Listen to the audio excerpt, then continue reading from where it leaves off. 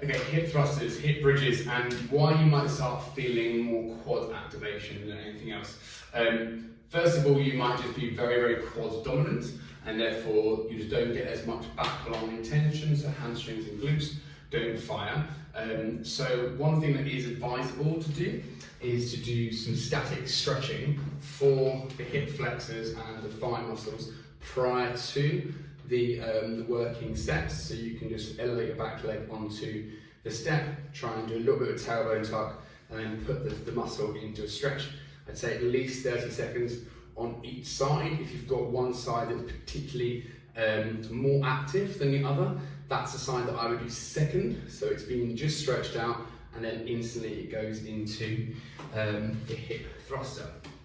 Okay, so then there's some things you can do with setup as well. So shoulder blades on the bench.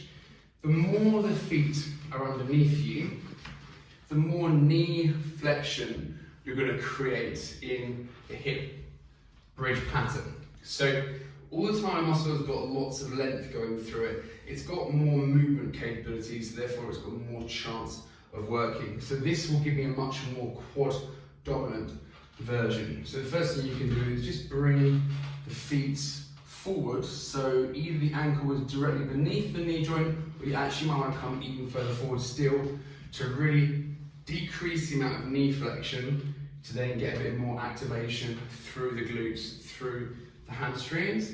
The next thing you can do as well is you can actively raise the toes up to challenge the back of the foot, which then usually lights up this backline tissue a bit more as well. So from there, with the feet forwards and the toes lifted, pressure through the heel, from there you should be able to get your best connection into that whole back line. So that plus paired with a thigh stretch prior to doing the hip thruster should be a great way to get a little bit more glute activation in your hip thrusters.